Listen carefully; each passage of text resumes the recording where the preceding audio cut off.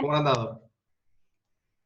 Bien, había preparado un PowerPoint para hacerlo más rápido, más, bueno, y de fondo creo que puse una cuestión de texto ahí detrás de la ventana, no sé si se alcanza a ver. La idea era que, como ya estuvimos trabajando la vez pasada, pues estuve comentando, la idea era que nos pudiéramos meter un poco más con el tema de lo que era el análisis sintáctico. Es un tema que me gusta comenzar muy despacio, porque si no después, sinceramente, se comienzan a generar un montón de problemas. Entonces prefiero que sea de la mejor manera posible. No sé si se está escuchando, por ahí se me tilda, pero bueno, no importa. Cualquier cosa me avisa.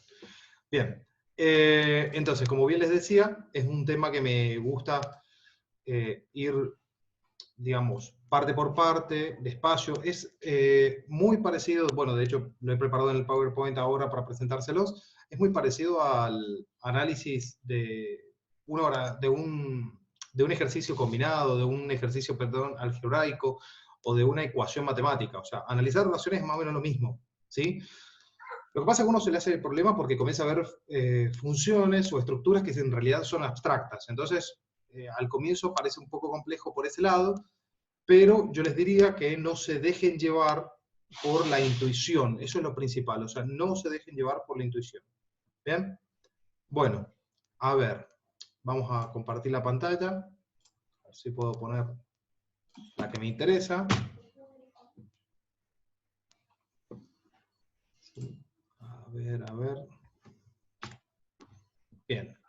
¿Se alcanza a ver bien por lo menos en la pantalla? ¿Sí? Bueno. A ver. Poner el chat por si alguien no habla y menciona algo o dice algo. Bueno.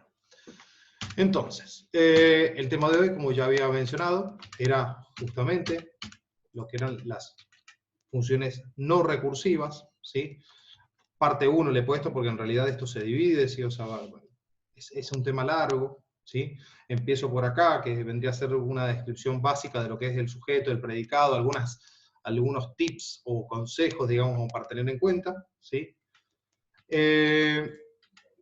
A ver si... Ahí está el mouse. Bien, es que no me andaba el mouse. Bueno, analizarla sintácticamente, como ya lo había mencionado, es como hacer una ecuación matemática, ¿sí? O sea, tiene más o menos la misma forma. Tienen los mismos pasos, o por lo menos son muy parecidos. Ya la vez pasada, no sé si lo recuerdan, pero yo mencioné que los símbolos tomados en la lingüística, en realidad pertenecían a la matemática, ¿no? Por ejemplo, cuando ustedes, y todos, ¿no? Nos hacían marcar en párrafos, los párrafos, perdón, de un texto, o escribir en párrafos y luego marcarlos. ¿Cómo nos hacía marcarlos? Nos hacía marcarlos con llaves, ¿sí? Luego vienen las oraciones que vendrían a ser ¿con qué? Con corchetes. Bueno, y posteriormente vendrían paréntesis, luego vendrían barras, ángulos, luego barras, luego comillas, etcétera, etcétera. Toda una serie de pasos, ¿sí? Entonces, al igual que en un ejercicio matemático, hay ciertos pasos para seguir y que uno debe tener, debe tomarlos con pinzas, debe tener mucho cuidado. Entre ellas, algunas cuestiones metodológicas que he planteado acá. O sea, algunos me van a decir, uy, pero eso es una tontera por ahí. En realidad, no es tanto una tontera, sino que ese método es el que ayuda también a que después no se generen otros problemas, ¿no? Derivados de la intuición, por ejemplo. A ver, ¿qué quiero decir con esto de la intuición? Creo que no hay, a la hora de argumentar, no hay algo que me moleste más que una persona que apela al sentido común, ¿sí? Esa persona que apela al sentido común, por ahí me molesta bastante, ¿por qué? Porque en realidad el pensamiento científico va más allá del sentido común. Entonces, nosotros por ahí vamos a tener una oración y el sentido común nos va a decir una cosa y sin embargo, a la hora de analizarla sintácticamente, vamos a tener que tomarla con pinzas porque tal vez nos está mostrando o representando unas estructuras totalmente diferentes a las que nosotros pensábamos.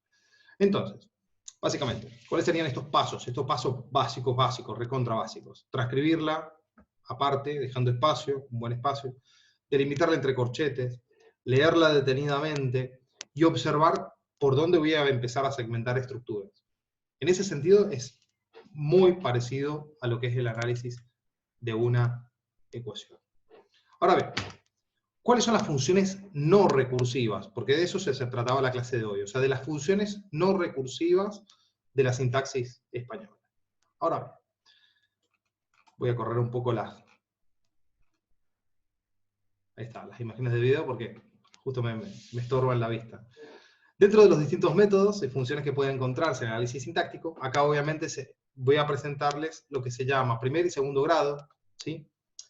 O sea, ya lo dije la vez pasada cuando hice la introducción, los grados de análisis de una oración pueden ser muy, muy numerosos, ¿sí? O sea, podemos llegar tal vez a un octavo grado de análisis, noveno. Sin embargo, son los dos primeros, los más importantes prácticamente, porque son los que reconocen las grandes estructuras de la oración, y que son el primer y el segundo grado. Justamente este primer y segundo grado es lo que tiene el nombre, o lleva el nombre de funciones no recursivas, ¿sí? Son funciones no recursivas porque a lo largo de todo el texto, de toda la oración, discúlpenme, no van a volver a aparecer. O sea, por ejemplo, sujeto y predicado. ¿Dónde aparece? Sujeto, predicado, o sea, solamente aparece al comienzo, ya después no vuelve a aparecer. ¿Sí? Lo que no sucede de la misma manera con funciones como, por ejemplo, subordinante y término, un núcleo y un modificador. Eso lo vamos a ver a lo largo de distintos grados. Puede aparecer en el tercero, puede aparecer en un cuarto, en un quinto, en un sexto, en un séptimo. Pero la función de sujeto y predicado solamente aparece cuando yo me enfrento a la oración. Entonces, a ver. El primer grado consta de esto, que es lo más básico de todo, el reconocimiento de las oraciones bimembres y unimembres, ¿sí? Ya es algo que hemos estado planteando, hemos estado hablando otras veces, me imagino que ya manejan el concepto, y si no, bueno, igual esta parte para la teoría, digamos, que después van a tener que leer, ¿sí? Ya después les tengo que mandar cuáles son los capítulos, exactamente. Me interesa obviamente que hay un capítulo de Kovács que habla de funciones exocéntricas, endocéntricas, luego otro que se habla de sujetos justamente, sujeto y predicado, esa relación, ¿sí? Bien. Existe, ahí está, perdón, es que me estaba adelantando, algo que quería mencionar.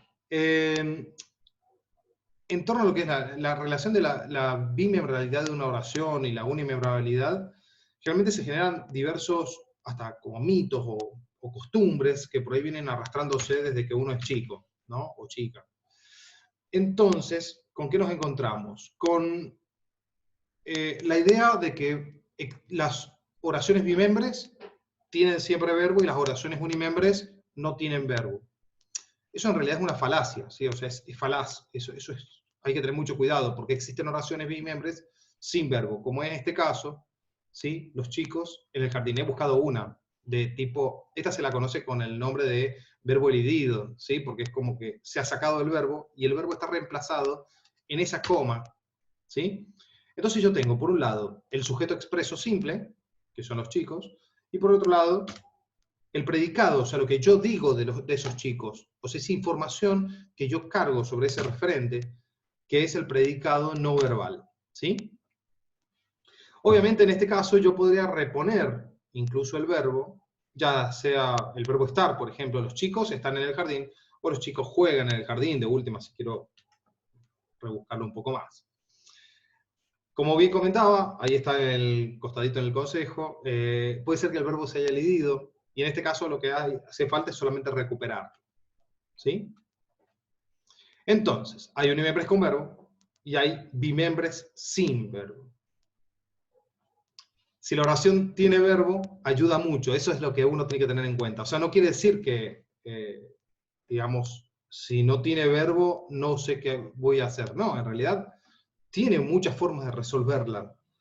Pero el hecho de que tenga verbo me soluciona un montón de pasos, de caminos, de razonamientos. Acá vendrían dos ejemplos de oraciones unimembres con verbo, ¿sí? En particular. Por ejemplo, llovía mucho en la pradera del este, y hace frío, bueno, y estoy lejos de casa. No han salido los emojis, ¿no? Pero bueno, por una cuestión de la canción. Eh, los verbos impersonales. En este caso, fíjense, llovía y hace. Los tomé porque son muy diferentes. En el primer caso, el verbo llover es un verbo que se lo conoce con el nombre de atmosférico o meteorológico.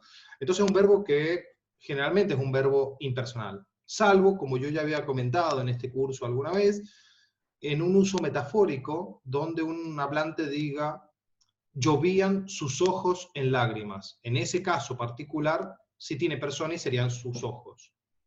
En el caso de hace frío, ¿sí? Fíjense, hace, el verbo hacer generalmente es un verbo personal, o sea, tiene persona en la mayoría de los casos, tiene un sujeto al cual hace referencia. Sin embargo, en este caso particular, no hay sujeto, no me está haciendo referencia a nadie. O sea, si yo pregunto, ¿quién hace frío? No existe una respuesta que me pueda determinar un elemento, un referente, o reconocer un referente al que yo esté aludiendo. ¿Sí? Entonces, ¿qué pasa en estos casos? Porque también sucede, bajo el imaginario, digamos, que ya estamos acostumbrados, que las oraciones unimembres no se pueden analizar. En realidad sí se pueden analizar, como dice ahí el pequeño consejo. Las oraciones unimembres se pueden analizar como si fuera cualquier oración. En este caso, va a ser prácticamente como el predicado de una oración, ¿no? Hace frío, quiere decir que eso es lo que hace. Por ende, el frío es un objeto directo. Y en la anterior, llovía mucho en la pradera del este, fíjense, llovía mucho, que sería el adverbio de cantidad, en la pradera del este, o sea, ¿dónde? El circunstancial del lugar. Entonces pueden incluso tener un segundo grado de análisis. Lo que pasa es que no tiene sujeto y predicado, que es como que lo saltea a ese paso, ¿sí? Entonces yo puedo pasar o a un segundo grado o puedo pasar directamente a un tercer grado de análisis, que eso ya es tema para otra oportunidad, no es de ahora, ¿sí? Bueno, acá puse al revés los cuadros, tenía que salir primero lo del sujeto expreso o tácito. En cuanto a lo que es el sujeto, que puede ser expreso o puede ser tácito, bueno, esto es bastante sencillo. En realidad, gracias a las categorías morfológicas y a la información morfológica que tienen los verbos en castellano, nosotros podemos elidir el verbo, cosa que no sucede en inglés, en alemán y en otros idiomas que ya hemos comentado acá, no sé si lo recuerdan, pero es esa carga morfológica que me está indicando tiempo, modo, persona, número, aspecto, la voz, todo eso, que yo puedo retirar ese referente, ¿no? En este caso particular, bueno, lo tomé de dos canciones, ¿no?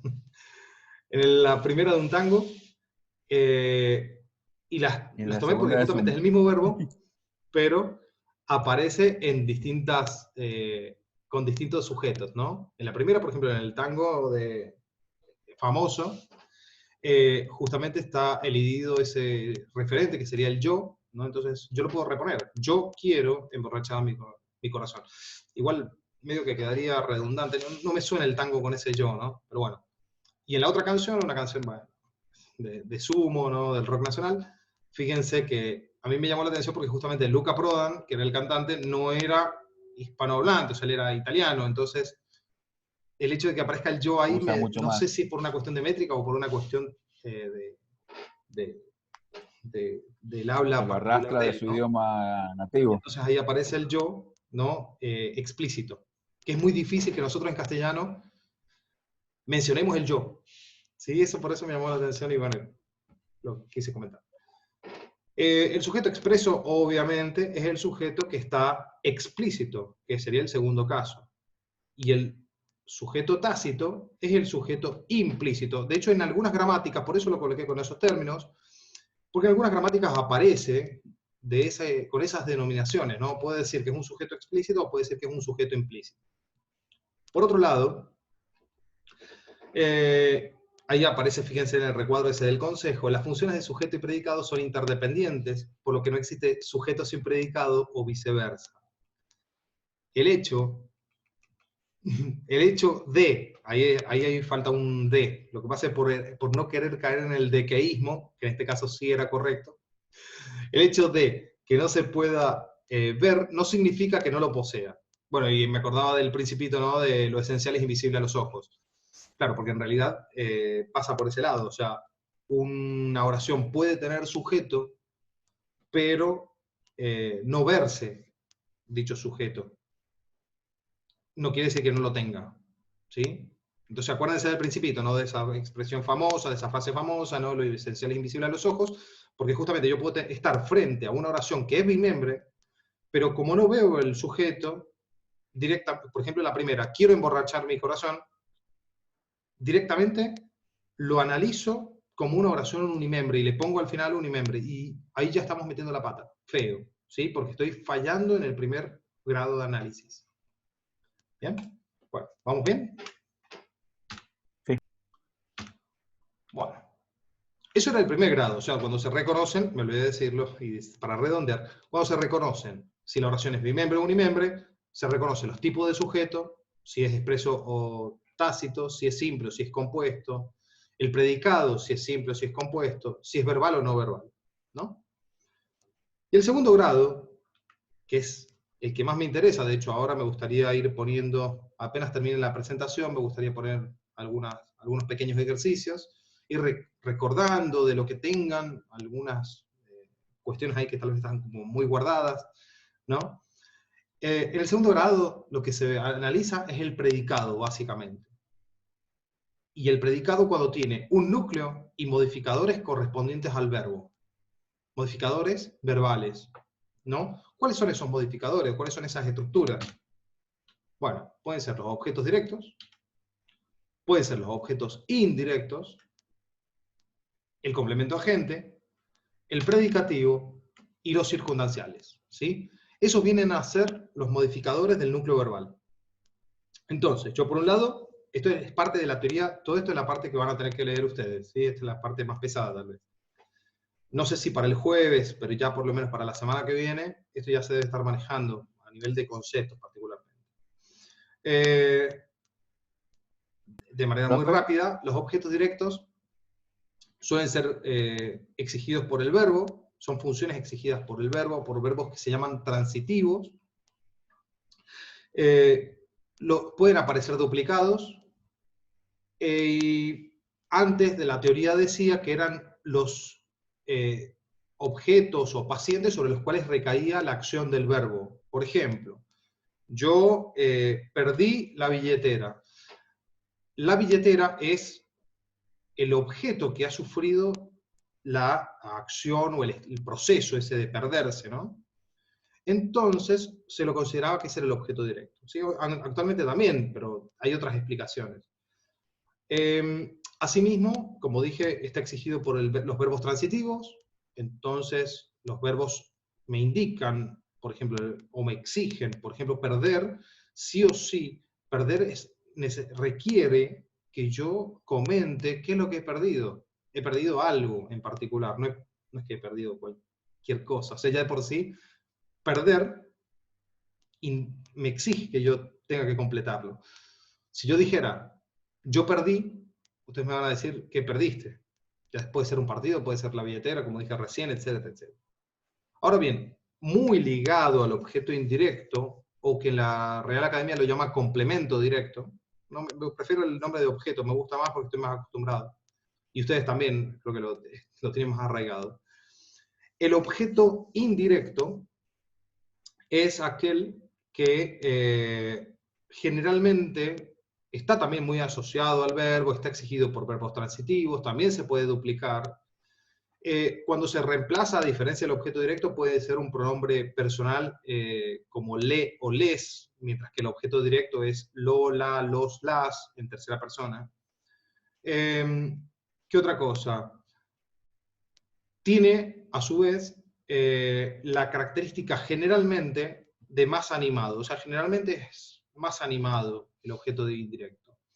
Y por otra parte, la gramática tradicional decía que era aquel sobre el que indirectamente recaía la acción del verbo. Por ejemplo, yo le saqué un lápiz a Juan. O sea, yo le saqué un lápiz a Juan. En ese enunciado, mi acción, que es la de sacar, recae sobre algo o alguien. En ese caso particular, ¿sobre qué o quién recae?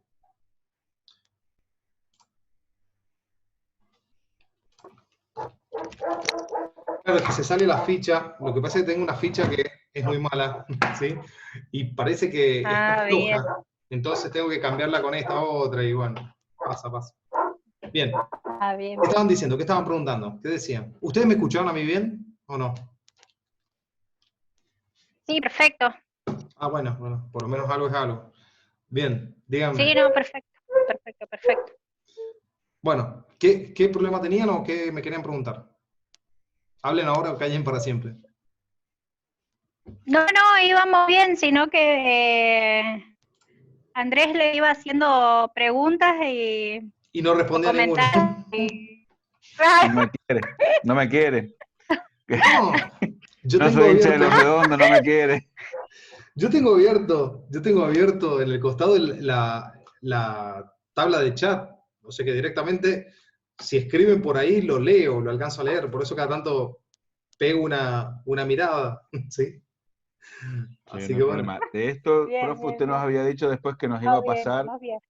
las páginas para ir Sí, les voy a pasar las páginas. Lo que quedando pasa la teoría. claro, porque lo explico directamente, de manera así, mucho más sencilla, para que a la hora de entrar a Coasi no se vayan a encontrar con un mundo de cosas, porque más el vocabulario de Ofelia Coasi, ustedes ya lo han visto, ¿no? Que por ahí es un poco mucho específica, ¿no? Entonces hay que tener mucho cuidado, digamos, con ese vocabulario, porque si uno cambia una palabrita ahí, está cambiando totalmente el concepto, ¿no? Si yo confundo una función exocéntrica con subordinación y coordinación, tal vez, y hablo de subordinada, estoy metiendo la pata muy, muy feo, ¿sí? Por más que por ahí haya alguna relación con lo endocéntrico, que sé, bueno, pero ya ahí tendría que explicar un montón de cosas. Entonces, por eso la idea de la clase de hoy era explicar esto así nomás, así tranquilo, despacio, paso a paso, y de ahí darle las tareas para leer para ya el jueves, y yo había calculado que recién la semana que viene se terminará. Lo mismo que entregar los trabajos prácticos que no les había mandado, los corregidos, que creo que me faltan algunos.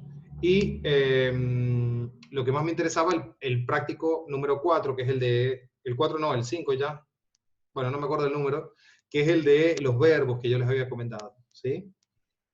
Pero bueno, ese ya es secundario. Así que bueno, bien. Igual el PowerPoint termina acá, obviamente, porque yo estaba hablando de las funciones, ¿no? Del objeto directo, del objeto indirecto. Me quedaba mencionar el complemento agente, que solamente aparece en la voz pasiva, perifrástica. ¿Sí? Perifrástica, la perífrasis es cuando yo elaboro una frase que en cierto sentido da vueltas, por así decirlo. ¿No? Es una frase más extensa, pero que dice lo mismo. De ahí viene el nombre de perifrástico, ¿no? Peri es alrededor, perímetro, por ejemplo, peritonitis, y frástico de frase. Entonces, la pasiva perifrástica es la que ustedes conocen en inglés porque tiene la misma forma, por lo menos sintácticamente, que es la que utiliza el by, por ejemplo. The bank was stolen by the thieves. Disculpen mi fonética, es pésima, pero en ese caso, ¿no? O sea, el banco fue robado por los ladrones, ¿no? Esa es la pasiva perifrástica, que es la que en cierto sentido, desglosa el verbo en dos formas, ¿sí? Was stolen, o sea, fue robado. Bueno, ese es un tipo de pasiva. Nosotros en castellano tenemos otras más, ¿no? Como por ejemplo, particularmente me interesa la pasiva con C, que la vemos el año que viene, ¿sí? Entonces, el complemento agente, ustedes lo van a reconocer muy fácil, es la más fácil de todos, porque ustedes en inglés lo conocen porque aparece con ese by, ¿no? Por ejemplo, en el caso que yo puse recién, by the thieves, ¿sí? Bien. El predicativo, nosotros le llamamos predicativo, la gramática de la Real Academia, ustedes lo van a encontrar con el nombre de atributo, por eso lo puse así. Lo de atributo, bueno, hay de muchas formas. La Real Academia considera que el predicativo es solo un tipo de atributo. Nosotros no vamos a hacer esa distinción. Para nosotros predicativos van a ser todo desde ese tipo de funciones que están incluidas dentro de esa categoría. Y por último, los circunstanciales, que eso me quería detener justamente ahora, después de ya de este PowerPoint, para ir rememorando algunos de esos circunstanciales, que son muchísimos, y ver cómo los podemos ir pensando, ¿sí? De a poco, y cómo reconocerlo, que es muy fácil. En realidad, yo creo que de todas las funciones, la de los circunstanciales viene a ser una de las más simples, en cierto sentido, ¿sí? Aunque hay una en particular, que es la función del circunstancial de modo, que se suele confundir muchísimas veces con un predicativo, o el predicativo con un circunstancial de modo, ¿sí? Por ejemplo, en un enunciado como Juan es bueno, yo pregunto ¿cómo es Juan? Y automáticamente me da bueno. Juan es bueno. ¿Cómo es Juan? Bueno. En ese caso, justamente, la palabra bueno está funcionando sintácticamente como un predicativo, no como un circunstancial de modo. Pero eso ya es otra parte de otra explicación. Así que bueno, bien, ¿alguna pregunta, algo que quieran comentar, algo que quieran decir antes de cerrar ya la pantalla y poner la pizarra y rememorar un poco de sintaxis, de lo que eran los circunstanciales del lugar, de tiempo y todo eso? ¿No? No, no, no, hasta ahora. Perfecto. Bueno.